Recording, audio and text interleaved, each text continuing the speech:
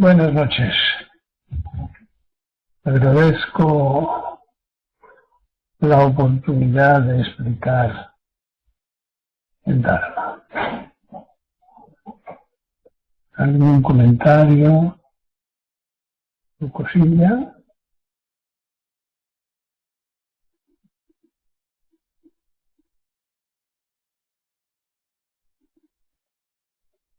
Pues empiezo.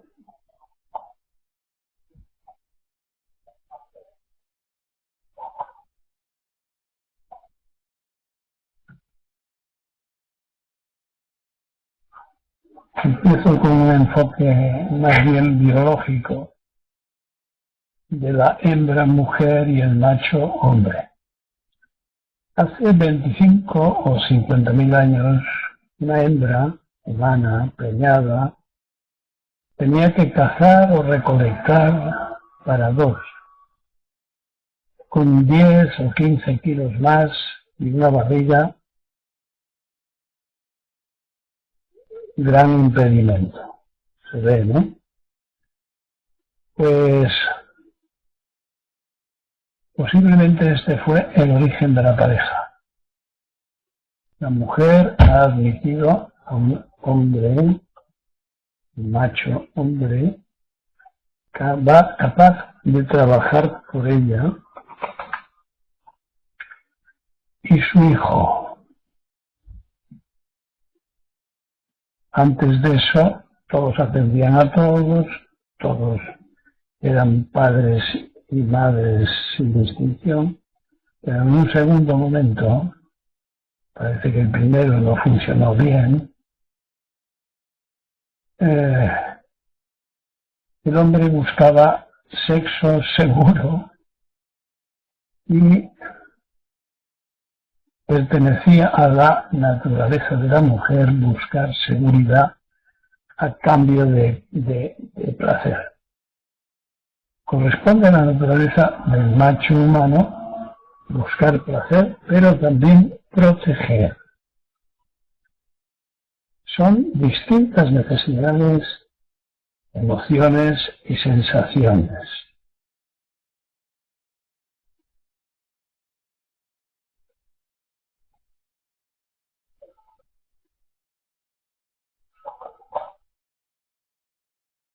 Estos comienzos han evolucionado relativamente. En muchos países africanos la mujer lo hace todo. Casa, hijos, campo, mientras los hombres fuman y charlan, pero también defienden.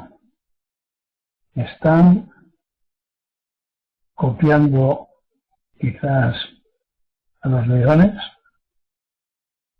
Podría ser también un modelo poligámico como ellos, como los leones. En Occidente, a medida que las mujeres trabajan, adquieren su propia seguridad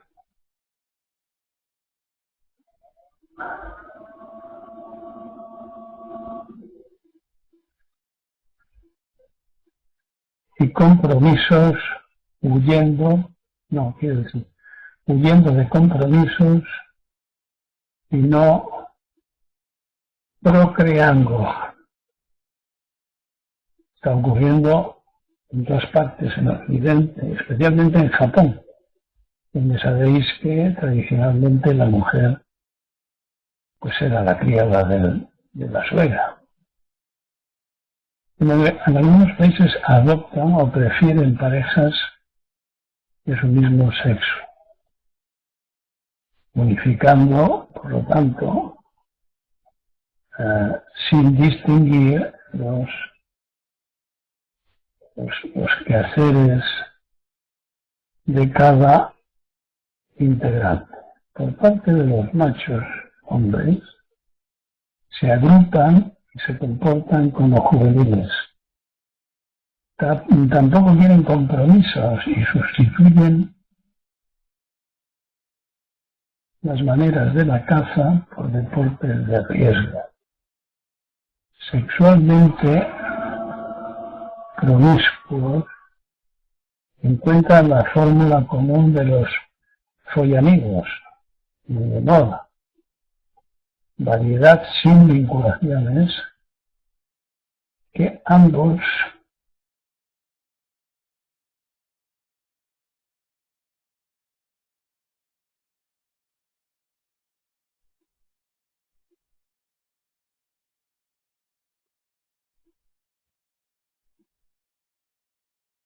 no.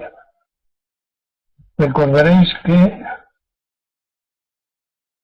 comentarios anteriores sobre las neurohormonas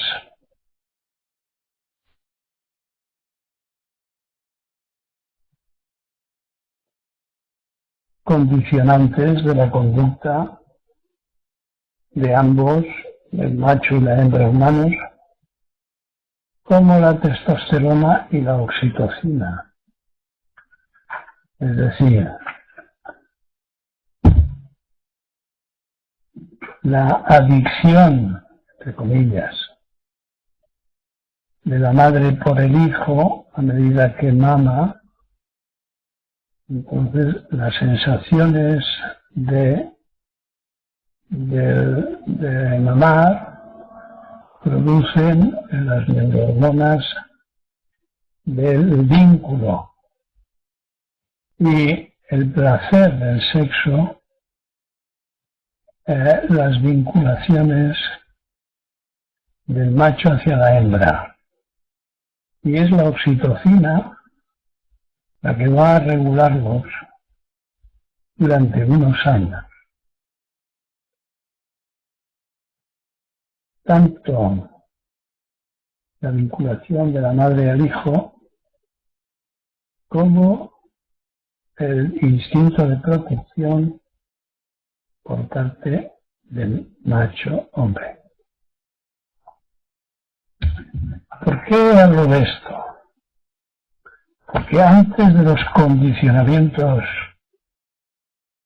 ambientales, de los aprendizajes, costumbres, hábitos, maneras, modas culturales, que sabemos que son egocéntricas, están los condicionamientos neurohormonales, que como emociones básicas son traducidos al lenguaje del ego, del ambiente, de la costumbre, del aprendizaje. Así que el primer nivel, el primer sistema de condicionamientos es las neurosecreciones cerebrales, hormonales. Y el segundo nivel, el aprendizaje de las costumbres. Y como me parece recordar que decía Paulo, el tercer sistema de señales, el lenguaje. ¿Alguna pregunta sobre esto? Que nos puede explicar ciertas modalidades de nuestra sexualidad, afectividad, etc.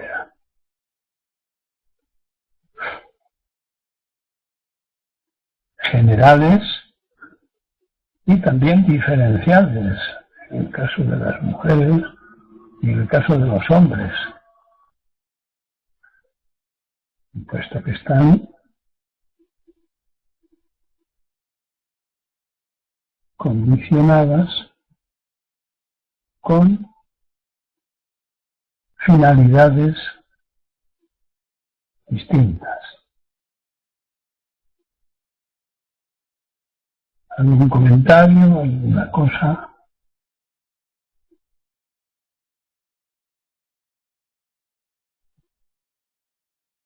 No.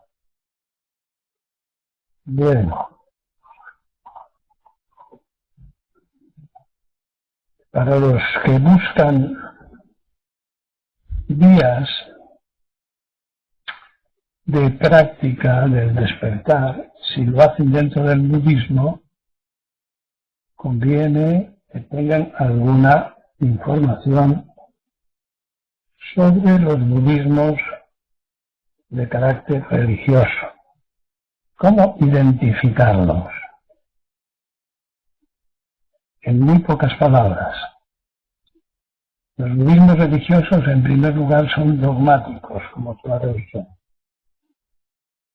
En segundo lugar, están plagados de bodhisattvas poderosos, milagrosos incluso, encargados de la protección de gentes o lugares. Por ejemplo, Canción o Canon, la diosa Canon. Cuando se habla de diosas, ya estamos en un terreno que se nos escapa. Gizo, por ejemplo, el protector de los niños, o el de las cocinas, o el de la salud, o el de la casa. Las dakinis, por ejemplo, son bodhisattvas femeninos, algo así como hadas, parejas de los dioses o bodhisattvas deificados masculinos.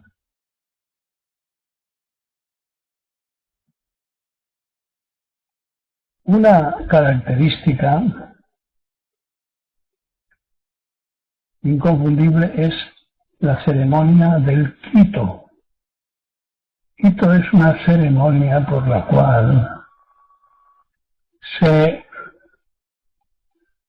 ruega a Buda o a algún bodhisattva que le sea concedido al que lo hace alguna ventaja, algún deseo, en fin, como se hace con los santos o con los, no me acuerdo cómo se llaman en otras religiones. Y finalmente, la propuesta, entre comillas, tranquilizadora, de que tras la muerte no hay nada, es decir, que no hay extinción, sino otra dimensión de la vida. Así hasta 300 o hasta 600 reencarnaciones, en las cuales esta migración por otros seres va perfeccionando el karma y liberando al sujeto, al espíritu del sujeto, porque en ningún budismo se cree en el alma, al espíritu de sus equivocaciones, errores, o como quieran llamarse, o manchas.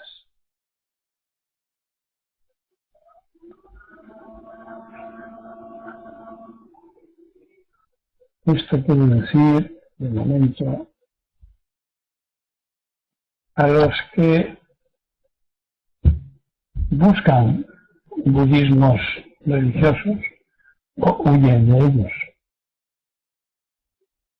Por ejemplo, otro ejemplo, mejor dicho, el cielo. Los cielos en la tierra son un intento mágico de traslación del hogar de los dioses a la tierra, practicado desde tiempos antiquísimos, como por ejemplo el caso de los egipcios, los aztecas y otros que eran buenos astrólogos, copiando constelaciones y repitiéndolas en la tierra en sus enormes edificaciones. Los cristianos hicieron lo mismo con las catedrales, copiando números de la Biblia, el 30, el 60, el 144, en forma de pies o de codos, tomándolos del templo de Salomón, sede de la sabiduría de aquel tiempo, o de la barca de Noé, descrita en la Biblia. En el budismo zen, el cielo de los Budas, el cielo Tusita, es la tierra. O mejor dicho, la conjugación de la mente con la tierra, con el cosmos, consiste en el auténtico ver. Es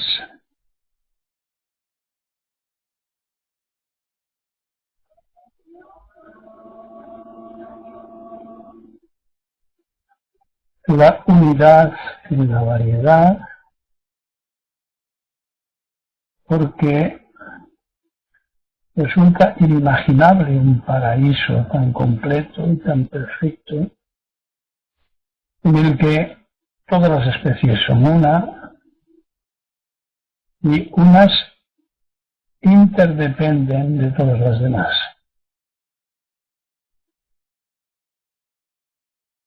No habiendo fronteras entre floras, faunas, mares, ríos, montañas, etc.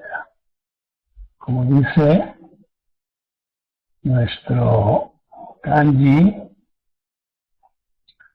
del doño, si eres generoso con las montañas, los ríos y la tierra, ellos lo serán contigo.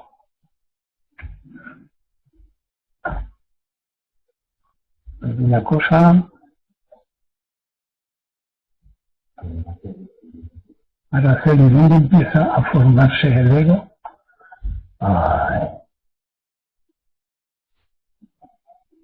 Léete la dodécuple cadena del condicionamiento dependiente que tienes en el apéndice de todos los libros.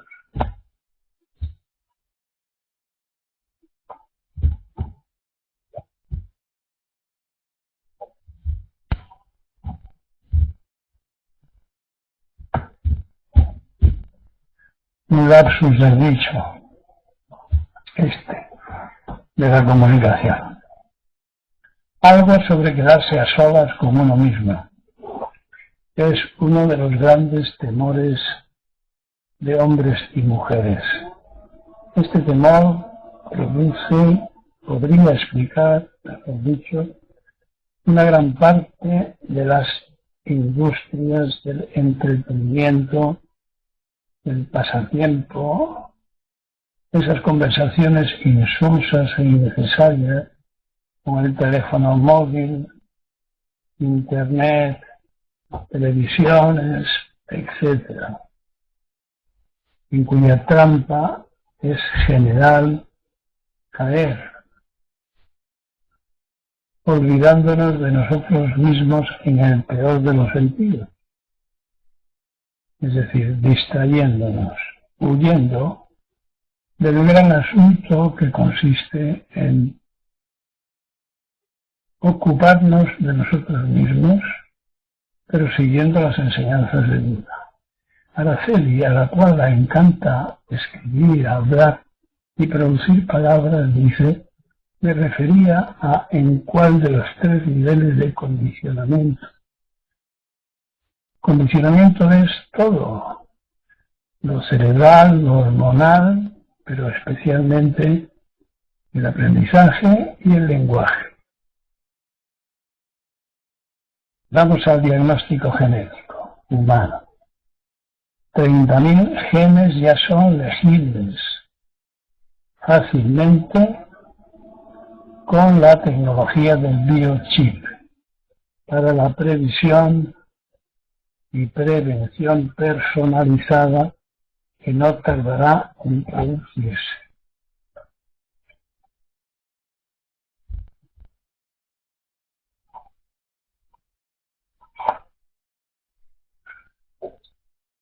sobre modelos, nos hemos fijado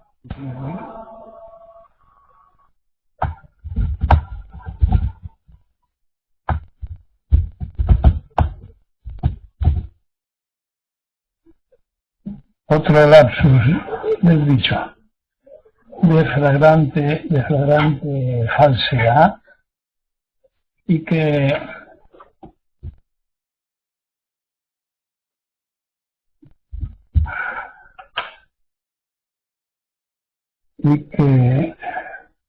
cuanto más ambiciosos seamos, mayor es la competencia, y que todo ello junto es un engaño. Imaginemos que la vida sin las emociones falsas o estímulos para las emociones falsos no es vida, cosa que se nos ocurre al empezar el camino. Y quiere decir que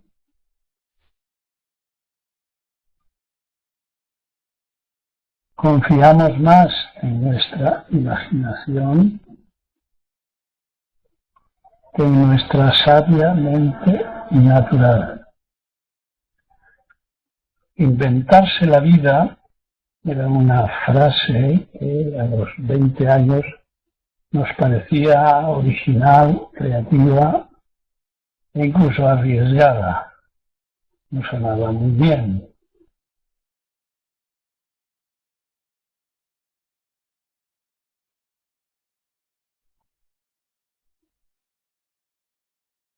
Pero es innecesaria. La vida adjetivada es una idiotez. A ver si me explico para que se me entienda. La vida interpretada por el ego, cuando damos 4 pasos en el camino, la vida nos parece una idiotez, aunque no haya sufrimiento. Pero la vida sin adjetivar, hemos de caer en la cuenta de que es lo que hay en cada momento. El principiante dice, la vida es una mierda, no produce más que sufrimiento. Si empieza el camino y dice, la vida es una mierda porque es una sosada. Ya, pero a ti ¿qué es lo que te interesa? ¿El estímulo perpetuo o la realidad, lo que hay en cada momento? Otra equivocación, sobrevalorar el saboreo del que hemos hablado muchas veces, es traducirlo con el ego como algo valioso y agradable. Pero en realidad se trata de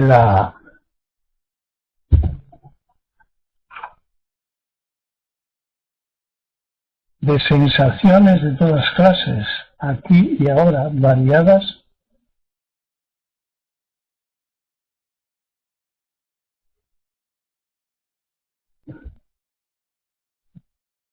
en sus matices reales, según lo que se presenta como vida. Esto es libertad, liberarse de condicionamientos. Así que hay gente que se retira prefiriendo volver a someterse al ego. Los más resueltos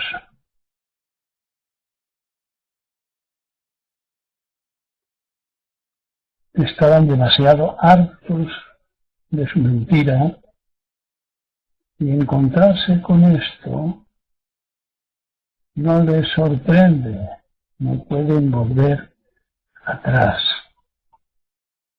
2 asuntos, la vida adjetivada y la vida sin adjetivar, y el tema del saboreo. Pensemos que estamos condicionados para desear lo agradable, y saborear, en vez de pensar en los 5 sabores, lo agrio, lo amargo, lo dulce,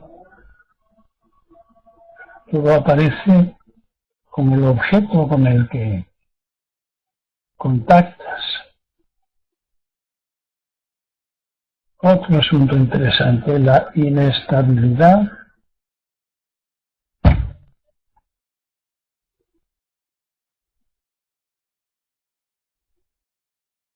no podemos pensar en 2 cosas a la vez. Si estamos haciendo algo y pensando al mismo tiempo en otra cosa, una de ellas es automática. O bien es que las estamos alternando velozmente sin darnos cuenta de este mecanismo. ¿Se entiende? O estamos trabajando con las manos, por ejemplo, cepillándonos los dientes, y estamos pensando a la vez, no podemos pensar en cepillar los dientes. 2 pensamientos a la vez no es posible. Entonces, cepillar los dientes es un movimiento automático. Y el pensamiento tiene que ver con los deseos, las ocupaciones, etc. O bien estamos alternando dientes pensamiento, y la velocidad a la que lo hacemos no nos permite darnos cuenta.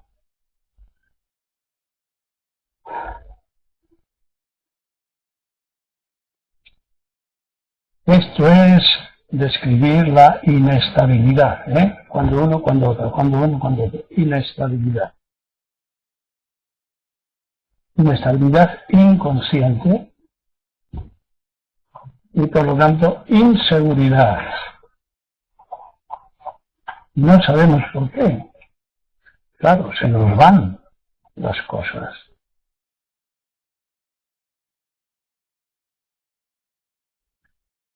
Igualmente, deseamos, proyectamos, culpamos, dudamos. Si pensamos en lo ocurrido en el pasado o en el futuro, no estamos en el presente, por tanto, se trata de un estado de duda e inestabilidad.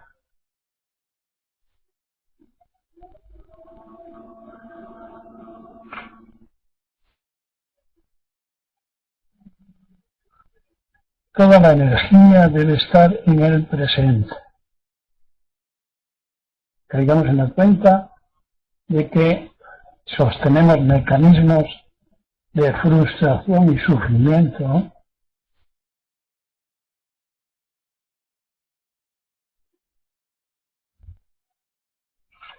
en realidad innecesarios, en la realidad innecesarios, bloqueando la mente ego con prácticas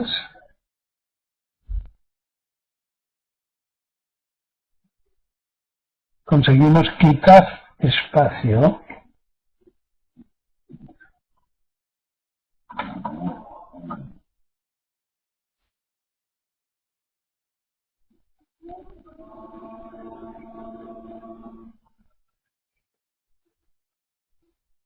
ocupándolo y vaciándolo de significados o neutralizándolo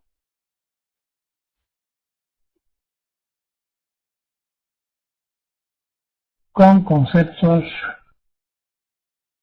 nuevos.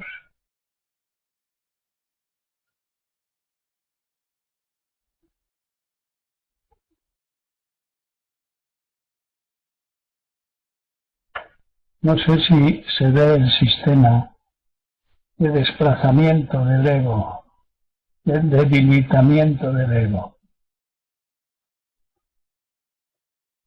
¿Alguna cosa?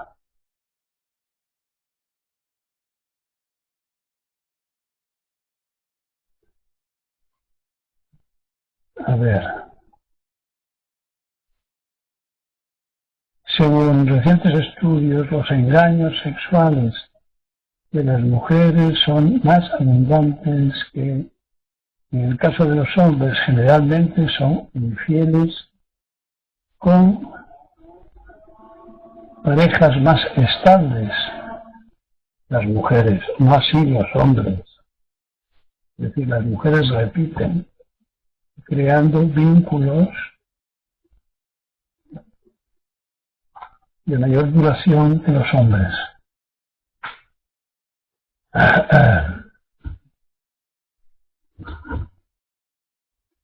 Con respecto a la sesión, traed vosotros los temas a tratar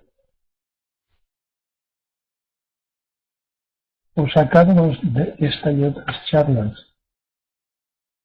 Seremos 11 de la sangre nueva y 1 o 2 si me contáis a mí, que apareceré poco, que es Sosín de la vieja.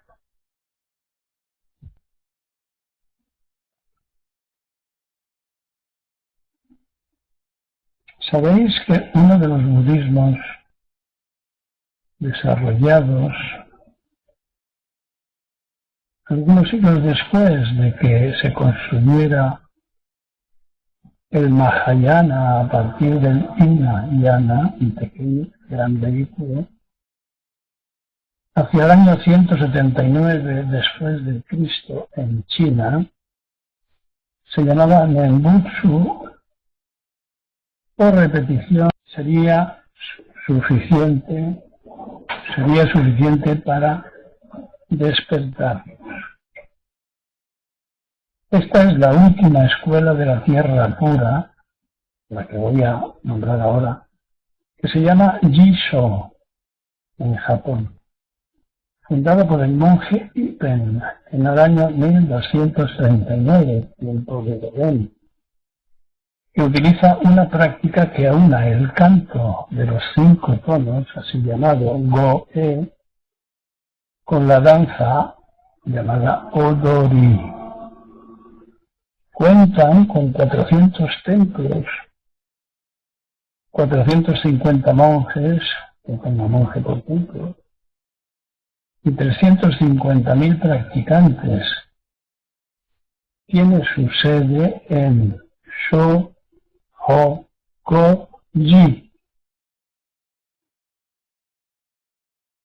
Le interesaría conseguir un CD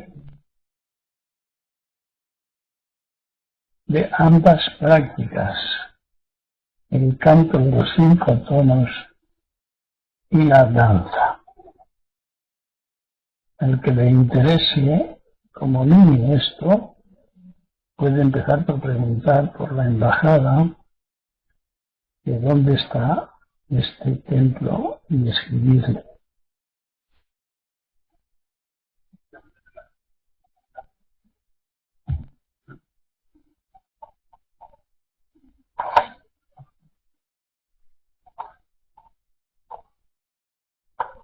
Y mi última chuleta tiene que ver con el budismo tibetano, una teocracia desde hace 3 o 4 siglos. El Tíbet, en extensión, es 4 veces España y solo tiene 2 millones, o tenía 2 millones de habitantes. Desde el siglo IV hasta hoy, el budismo tibetano, que sabéis es un sincretismo, es decir, una unión, un intercambio entre el budismo antiguo indio y la religión Bon y otra religión, cuyo nombre no recuerdo, de carácter chamánico, de ahí sus prácticas mágicas, dioses y demonios, etc. Entonces, el budismo tibetano se ha escindido desde entonces, repito, en diferentes escuelas y tendencias, peleado entre ellas, detentado el poder político y el religioso de la mano de monjes emparentados con la aristocracia.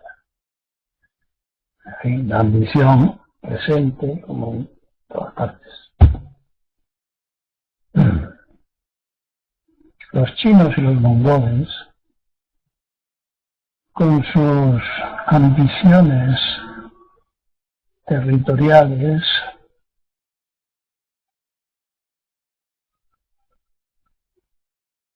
ocuparon los monasterios y a sus habitantes.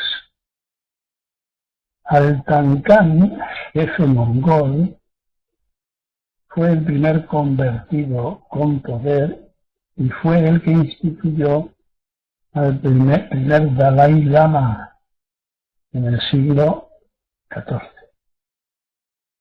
Y el 17, el quinto Dalai Lama se convirtió en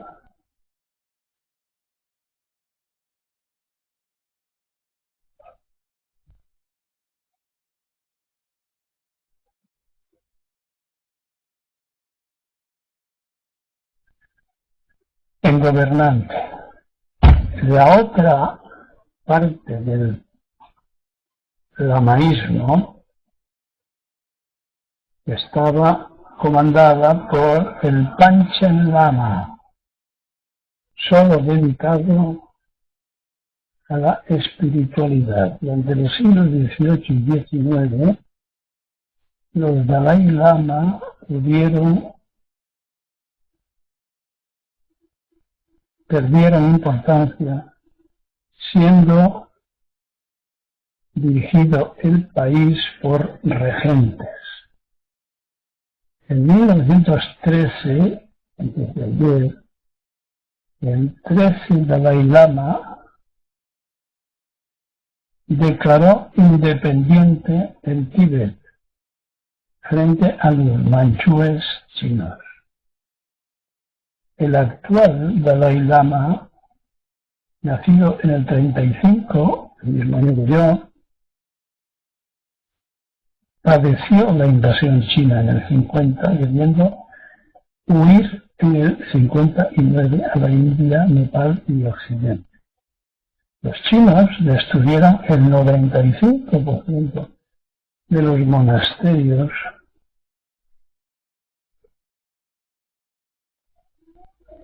matando más de 1 millón de tibetanos y monjes, es decir, prácticamente a la mitad de la población.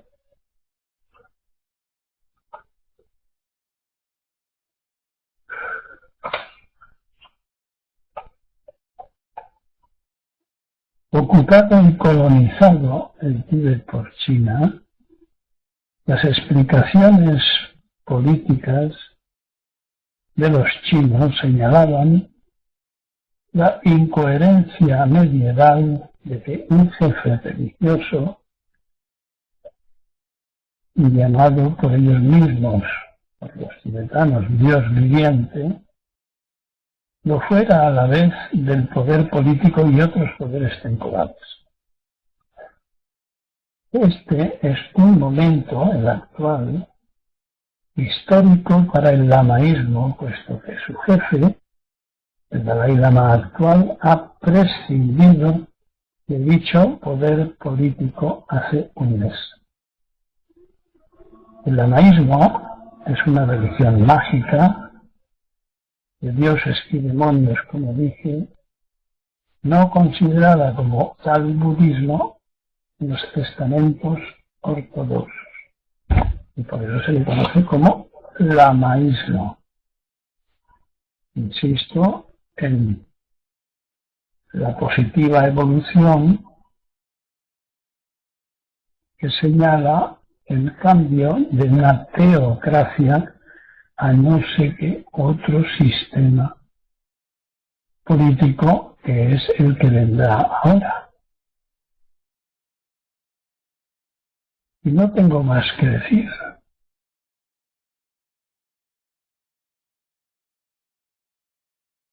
Si queréis preguntar o afirmar algo, hacedlo. ¿Alguien se inclina por preguntar sobre el canto y la danza del Nembutsu?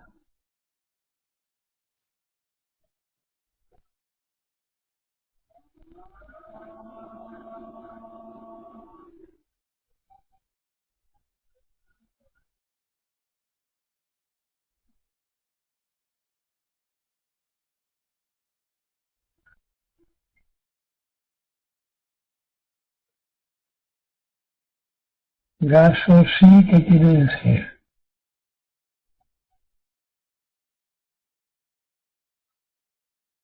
Sí y caso es lo mismo, pero al contrario.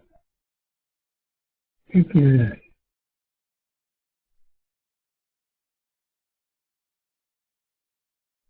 Que si quieres, pregunto, necesario, ya he dicho que sí quiero. Ay, las cosas obvias.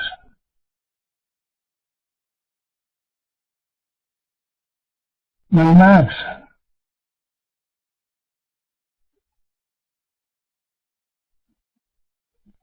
Ah, ¿eh?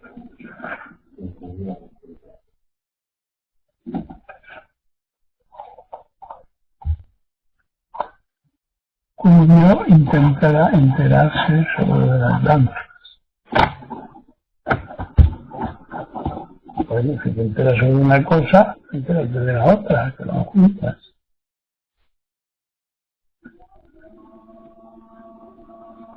El nombre del templo, que sería indispensable tener, es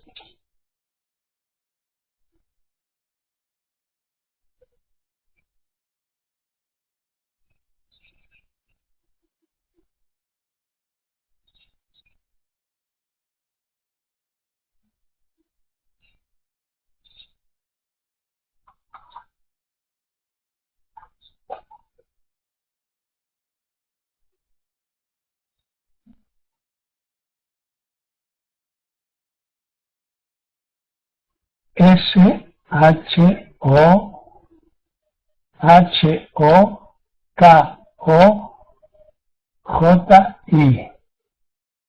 Shohokoji. Shohokoji.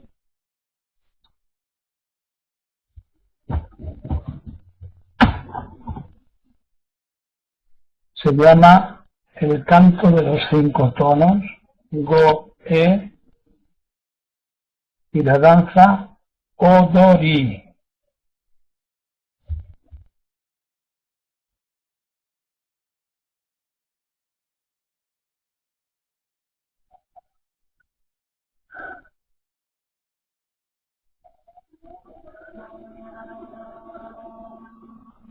¿Algo más?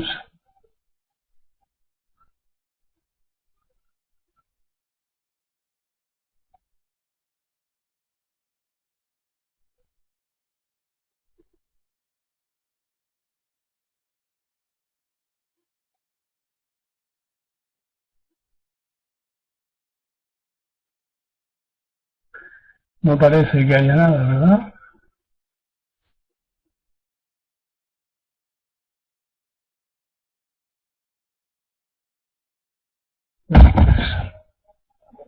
Hasta el próximo viernes y os tocará a vosotros comentar.